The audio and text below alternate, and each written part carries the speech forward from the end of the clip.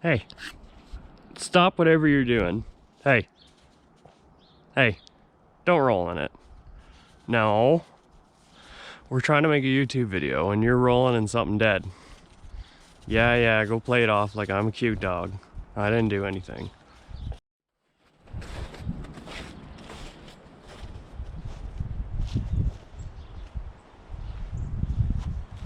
What's going on, everybody? Hope you're all having a good day, morning, afternoon, nighttime, you know, whenever you're watching this. But before we get into anything, is any of you suffering through suicide thoughts, please use the link down below. Somebody loves you. I do. So does this thing back here. It loves you as well, even though it's in storage. But yeah, let's get into the video. 5 good and 5 bad on the 2015 Silverado. I've had this thing since brand new, so I didn't buy used. I bought it right off the lot at like, I think it was at like 30K when I test drove it, and then I got it at like 40 something.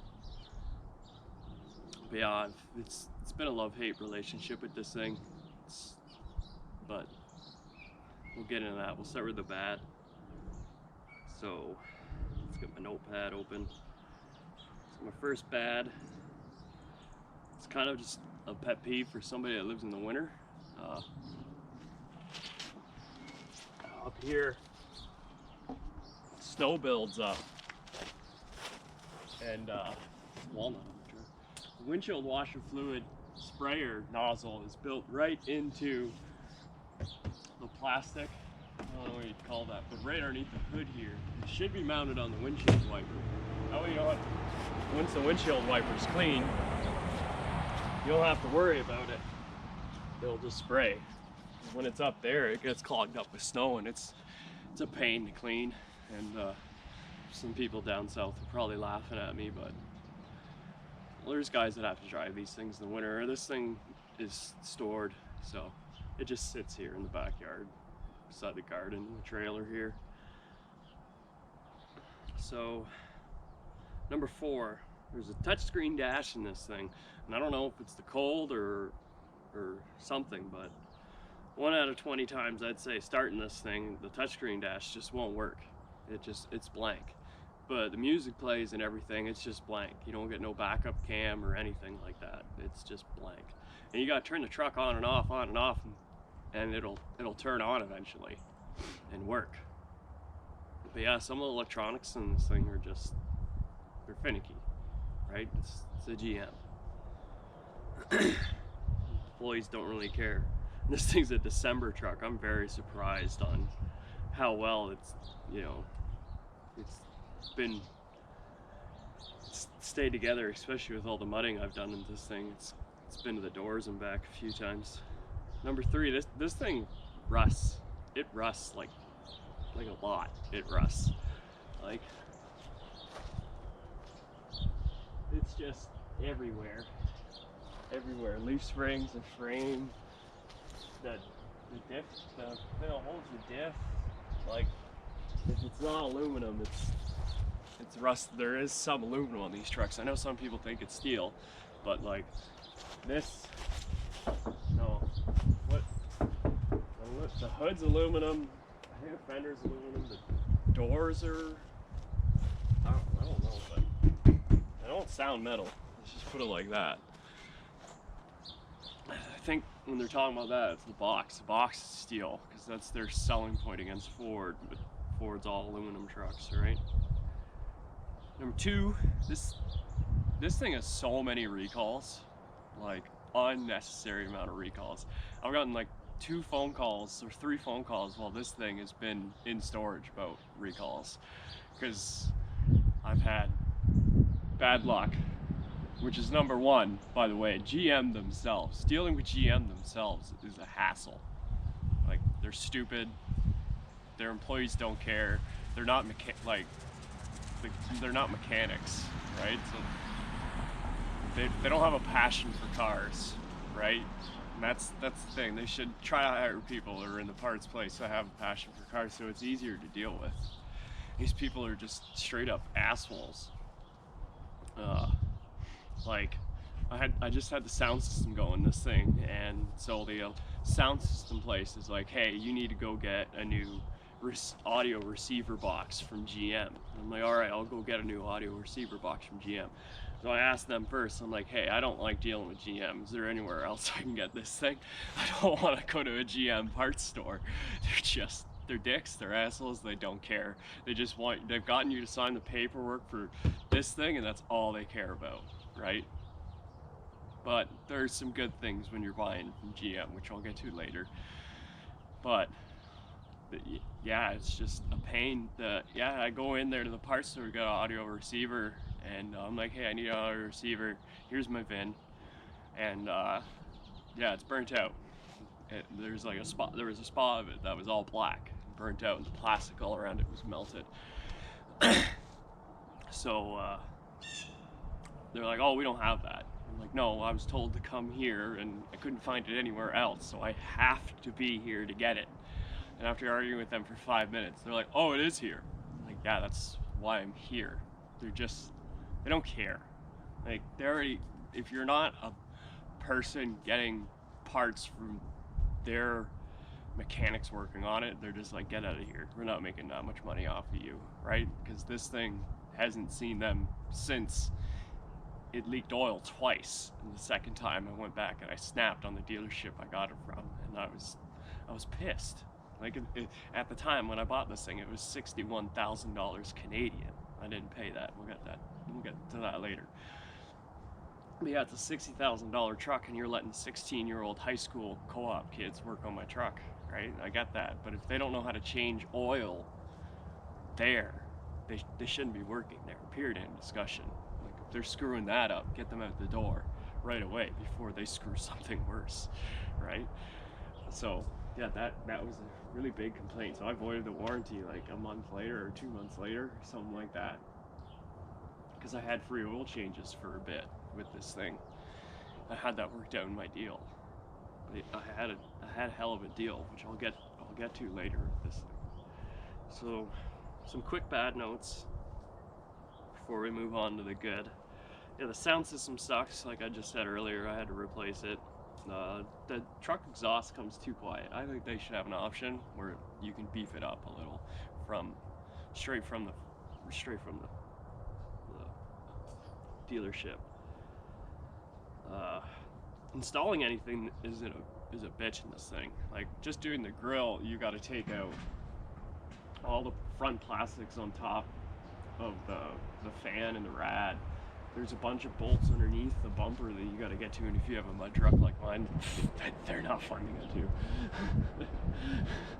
Eat dirt the whole goddamn time you do it. This stupid housing's got to come out. It was not fun. And then, like, I mean, see why people pay everybody to do shit, because it's just so complicated to work on this stuff nowadays. They're built for people in factories that don't care about making cool vehicles anymore. It's just a bunch of dumb fucking people with just high school education that just want a good paycheck and not work hard, right? And don't have any pride in their work. And it's sad to see how everything's fallen. You see all these crazy high standards that they have in Europe and all the pride that they take in building their cars. I just wish Americans would do the same, and Canadians as well. We're no different. My parents' Equinox, there's a few things that I would have been like, nah, before I bought it. But I wasn't a diehard car guy when I bought this truck. I was an enthusiast, but I wasn't diehard like I am now. Like, this thing's my whole life. So, being said that, let's get into the good of this thing. This thing's actually, for V8 and a pickup truck, it's pretty good on gas.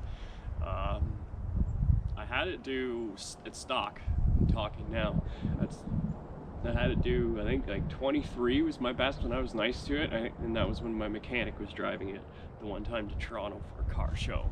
He had to do a 9.7 liters per 100 kilometer. I'm Canadian, I don't really go by that MPG stuff, We're like the rest of the world. Yeah, it's good on gas when I'm nice to it. And even now, when I have it re-geared like this, I have it re-geared to a set of 410s, and I think I'm averaging like a 16, 17 liters per 100 kilometer. And that, you know, that's with my foot and one, hear the exhaust. But you could get it, I could get it way down if I was nice to it all the time, which won't happen because the exhaust sounds so good. And that's gonna get even better.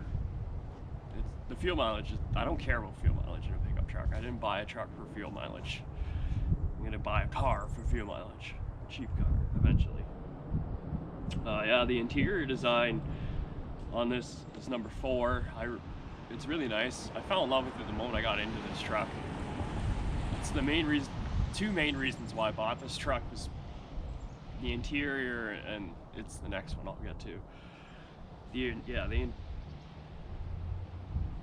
next one's my favorite, really. The interior on these things, I just have the cloth interior, and it's, you know, it's still really nice. I really enjoy it. I'll show you a few shots after I'm done talking to the camera. I'll get a bunch of shots of everything. But yeah, I love the touchscreen. I love that. Like I had an 06 Malibu or an 07 Malibu before this. It was a leased car that my parents had, and then I bought it out. I didn't really like the car, but I was forced into buying it because I treated it like a piece of shit. But I was a dumb 16-year-old. I was lost in the world without a farm. So I had no idea who I was, right? That's where my anger and depression and all my suicide thoughts all come from, is being in this little community and not being on a farm. Like, I used to have more grass than this. Like 5 pieces of property in this area used to be my grass on the farm. Yeah. And that's where all my anger and depression comes from, because I'm in this little community now, not out on the farm. But number 3 we're on. These things come in really nice colors, like really nice colors. I love this color. It's the only reason why I really bought the car and the truck, because this is Corvette color. It's sunset orange metallic. It's the only reason why I bought it. I was looking at a pearl white truck because I wanted to do white on white. Everyone does black on black, which I think is dead and it's buried over there somewhere. Because as soon as everything starts coming out of the dealership black on black, it's dead. It's buried out back beside Old Yeller. I can't stand it. Everyone does it. It's ugly. But to each their own. If you want to be like everyone else. But I saw this and I just knew I had to have it. The color's so pretty. So, number 2, these things can be very cheap to build if you want them to be. Like, if you were just to do the exact same tire and rim package in a rough country lift kit, it would be under 10 grand. Like way under, Canadian. Hey dog, what you been up to?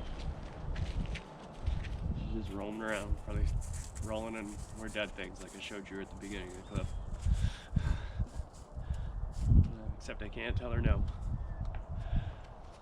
Yeah, they get really cheap to build, but you can also, if you want to spend more money and have it last longer. Like, the only issue I have with this thing whenever I take a muddin is I throw sway bar end links. And I think it's just because it wants to be free, right?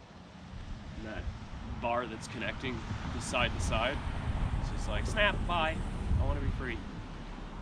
To be true independent front suspension, right? That was one of the guys explained to me on the Silverado Addicts. And then number 1, good thing about buying from GM is you can hassle them. You know, they were in debt. They're in debt. You know, we're in debt. So you can hassle them. Like GM doesn't cost GM, like, for instance, up here, this thing was 60K, brand new. It doesn't cost GM to make one of these things 60 grand. I'm betting it costs them like 20-25 grand. Dealerships buying it for 30, 35, 40. I don't know. I don't work there. But then, yeah, the dealership's got to make their profit. GM's got to make their profit, right? So hassle, hassle, hassle, hassle. Be a dick. Like, I wasn't the nicest person when I bought this thing. Just kept saying, no, you can do better. The price is too high. And like,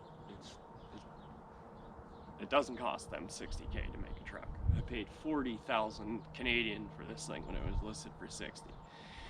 It just kept saying no, no, no. I just kept arguing the fact that it doesn't cost you guys this much money. Like, how many of me do you have to deal with?